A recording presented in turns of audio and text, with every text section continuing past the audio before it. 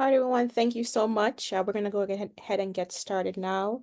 Good afternoon once again. We're very happy to be here today to discuss our project with the Episcopal Diocese of Long Island. I want to remind everyone that the session is being recorded, and we will upload the recording to the LISC website in a number of days. We're going to go straight through as well. So if you have questions, this is just a reminder that you can put them in do not put them in the chat, but put them in the question and answer box, and they'll be answered during the question and answer portion of this meeting. And of course, yes, we'll be sure to leave enough time for that at the very end. My name is Rhonda Lee Davis. I am a senior program officer here at LISC New York. The work that we do here is really concerned with serving underserved communities. I work alongside Miss Monica Dean, who will be joining us shortly. Our team manages all of the housing programs here at LISC New York, and they're really geared towards, like I said, building capacity and expanding on the opportunities for BIPOC firms. So we work heavily with residents to ensure that we are supporting communities across New York State. And just a little bit about LISC, the Local Initiative Support Corporation. We are a national nonprofit organization that supports disinvested communities across the country. We were created in 1980. We are one of the flagship offices of the program. LISC New York has been around for about 44 years, supporting local partners across the city. And as of 2022, we're also working statewide to support equitable, sustainable, and inclusive communities in New York State. One of the programs that we are really proud of in the office is the NYLOP program.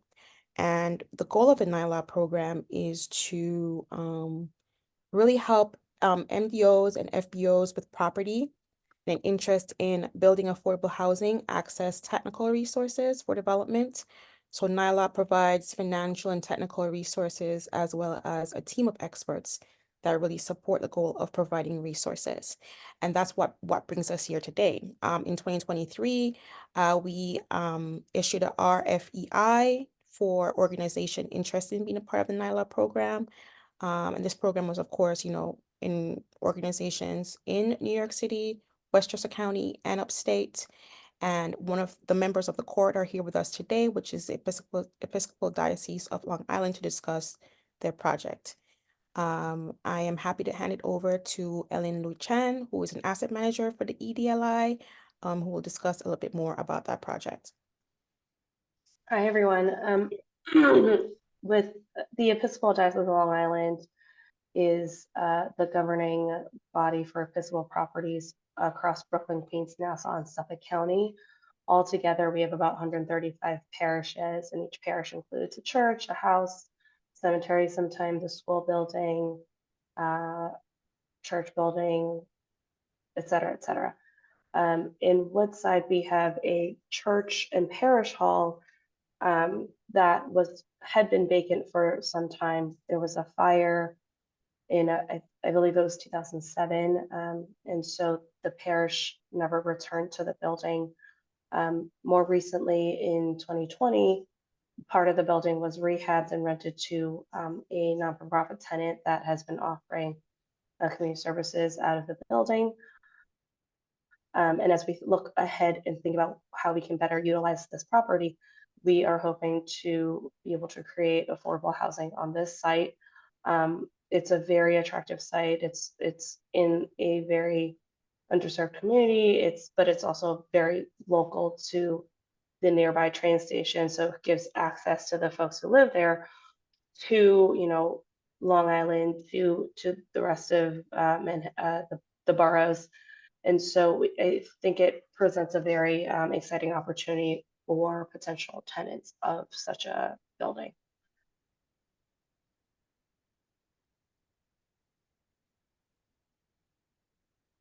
Thank you so much, Ellen. So now we'll be passing it over to Jimmy Miller, and Jimmy is with Sincere Consulting.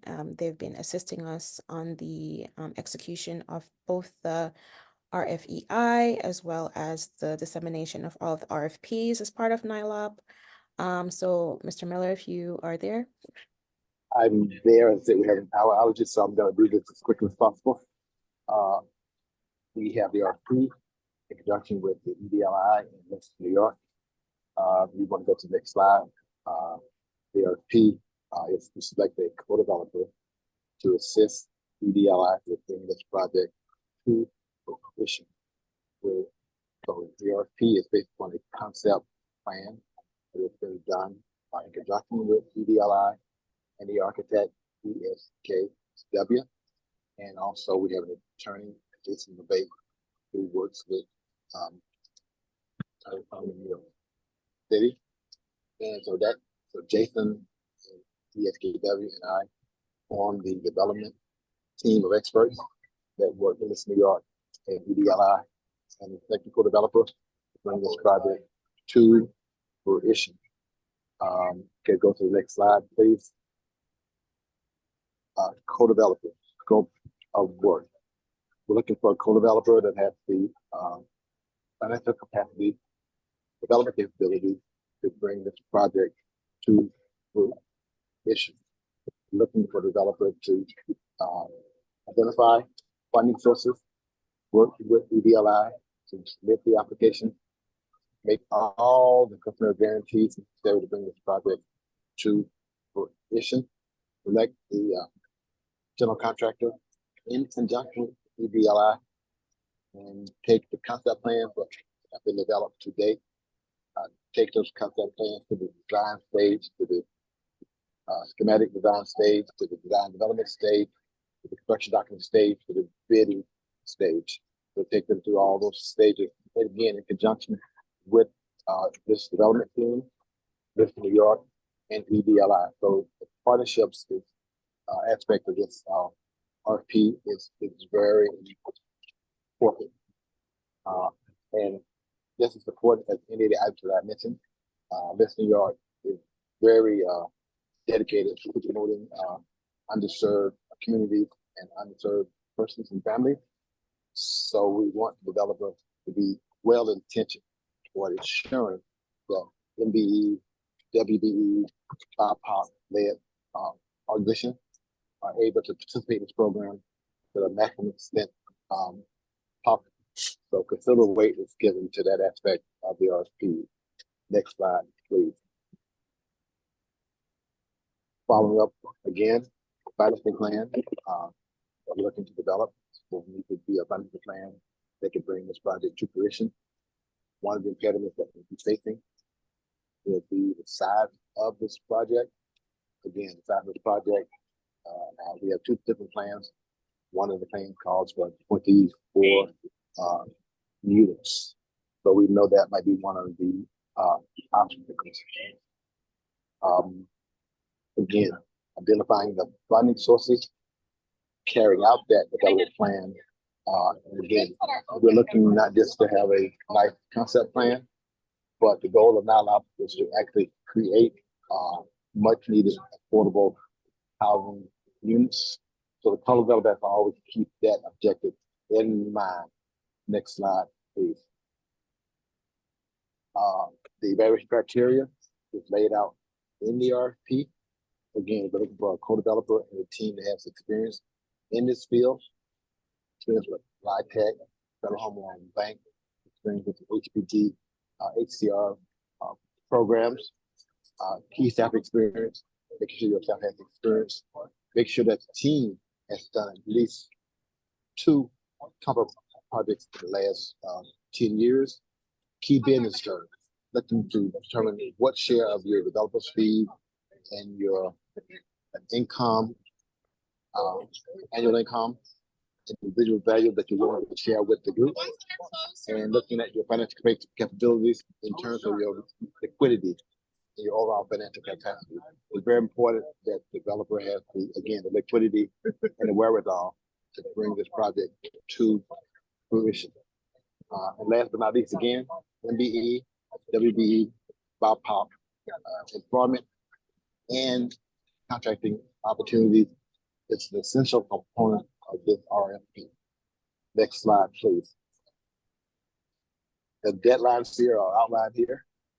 Most important being the deadline for submission, which is March 18th.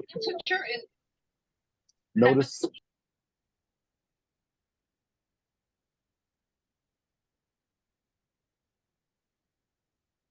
I apologize for phasing in and out, but notice that the RFP is due Monday, March 18th, no later than 3 p.m. And notice there'll be no exception to this deadline. Okay, March 18th, 3 p.m. Eastern time. Next slide, please. I'll turn it back over to Rhonda, Lee Davis. Rhonda, back to you. Thanks so much, Jimmy. So on this slide, you'll see that you can reach out to any member of the team. You can reach out to Jimmy at Sincere, Monica, or myself through the NYLOP inbox. And this is the NYLOP email address right here. And now we have time for some questions. Once again, you can do not drop them in the chat. Please put them in the Q&A section. But if you'd like to ask your question, we can also unmute you if you would like. So let us know.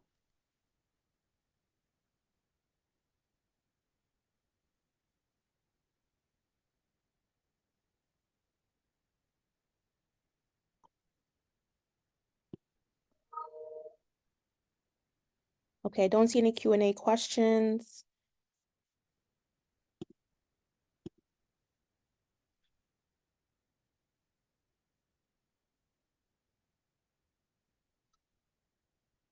All right, everyone. So if you do think of any questions, like Jimmy said, and I'll put the slide back up for the schedule. So we are accepting questions until Monday, March 4th. Please send those over to the NYLOP inbox. We will have responses to those questions posted on the LISC New York NYLOP page on Monday, March 11th. For everyone who is interested. And like you said, yes, all questions should be in by the 4th. We'll respond to them by the 11th, and the responses or final RFP submissions are due no later than 3 p.m. on the 18th of March. If there are no other questions, actually, no, I see a Q&A question. Will this project have to go through rezoning? So I'll put that over to Monica if you're on the call, or Ellen if you'd like to respond. Sure. No, it does not. It's as of right. It does need, there's one version of the kind of existing schemes that we've worked on that requires a height waiver, but does not otherwise require a rezoning.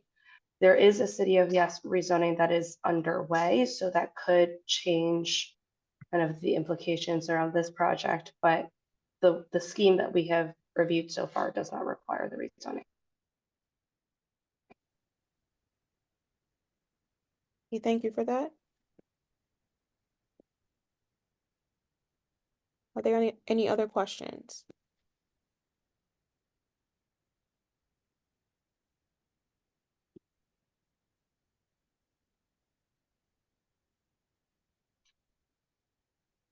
All right, going once, going twice. Well, thank you guys so much for taking the time to attend our webinar today. And this webinar, like I said, it has been recorded and will be posted on the NYLOP page on the LISC website in a number of days. Well, thank you so much and have a great rest of your day.